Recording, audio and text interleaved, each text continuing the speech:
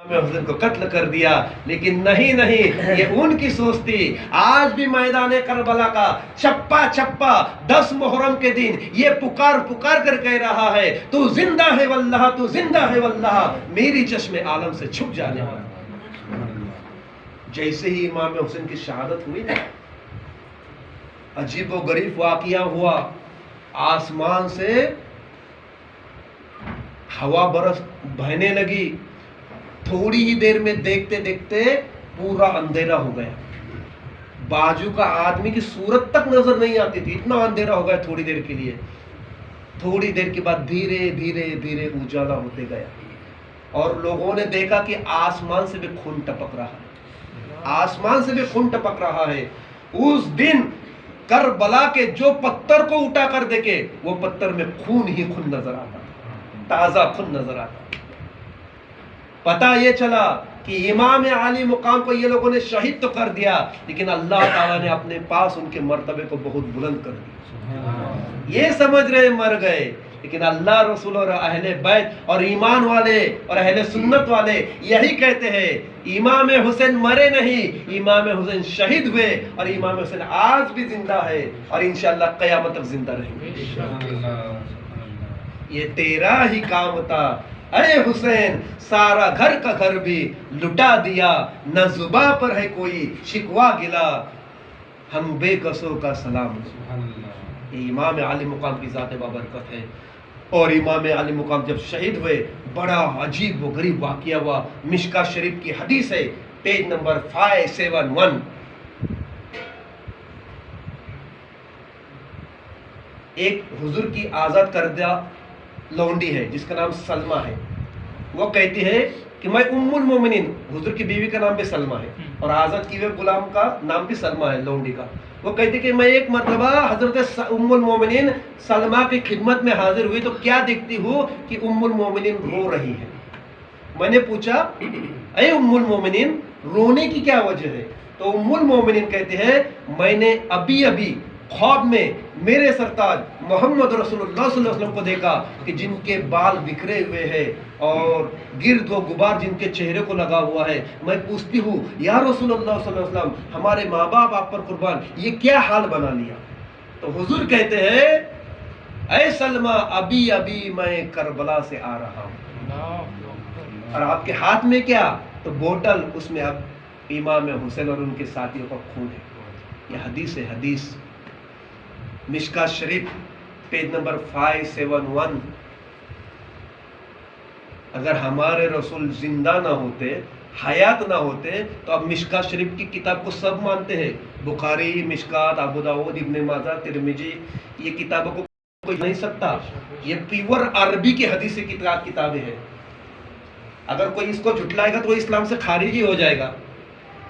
وہی مشکاۃ کی حدیث میں آپ کو بتا رہا ہوں کہ پیارے آقا فرماتے سلمہ ابھی قربان گاہ سے آ رہا ہوں، یہ میرے نواسے اور ان کے ساتھیوں کا خون ہے۔ حضرت سلمہ کہتی ہے کہ مجھے یاد آ گیا کہ جب امام حسین چھوٹے تھے تو جبرائیل امین آئے تھے، اور جبرائیل امین نے حضور سے کہا تھا اے میرے پیارے آقا، آپ کی امت ہی آپ کے نواسے کو شہید کر دے گی۔ یہاں تک کہ جبرائیل نے اس وقت کربلا کی مٹی بھی لائے تھے، حضور نے میرے پاس دیا تھا، میں نے اسے بوٹل میں بھر کر رکھا تھا، میں نے جا کر دیکھا تو بوٹل کی مٹی خون بن چکا تھا۔ کیا یہ حدیثوں کو بھی جھٹلائیں گے یہ لوگ جو رسول آل رسول کو نہیں مانتے ہو؟ دوسری حدیث حضرت ابن عباس رضی اللہ تعالیٰ عنہ کہتے ہیں کہ میں دوپہر کے وقت سویا ہوا تھا، جس وقت امام حسین شہید ہوئے، ظہر اور عصر کے بیچ کا وقت ہے تقریباً، تو میں سویا ہوا تھا، میں نے خواب میں دیکھا کہ پیارے آقا صلی اللہ علیہ وسلم جلوہ افروز ہے اور چہرے پر گود و غبار چھایا ہوا ہے اور کپڑے بکھرے ہوئے ہیں، دھول سے لت پت ہے، اور پیارے آقا کو میں نے غمگین دیکھا۔ تو میں پوچھتا ہوں یا رسول اللہ صلی اللہ علیہ وسلم، میرے ماں باپ آپ پر قربان، آپ کا یہ کیا حال ہے اور یہ آپ کا حلیہ کیسے ہے؟ پیارے آقا فرماتے ہیں اے ابن عباس، میں ابھی میرے نواسے کے قربان گاہ سے آ رہا ہوں، میری ہی امت نے میرے نواسے کو شہید کر دیا، اور ابھی میں امام حسین کے کربلا کے قربان گاہ سے آ رہا ہوں۔ اتنا میں نے خواب دیکھا، میں جاگ اٹھا اور میں نے ٹائم بھی دیکھا، دن بھی دیکھا، اور بعد میں نے پوچھ تاچھ کی تو واقعی وہی ٹائم وہی دن امام حسین شہید ہو گئے تھے. کب شہید ہوئے امام حسین؟ 10 محرم جمعہ دن 61 ہجری 10 اکتوبر 680 عیسوی. انگریزی عیسوی تاریخ کی بھی روایتیں ہیں. 10 اکتوبر 680 عیسوی. اور امام حسین جب شہید ہوئے تھے آپ کی عمر کتنی تھی؟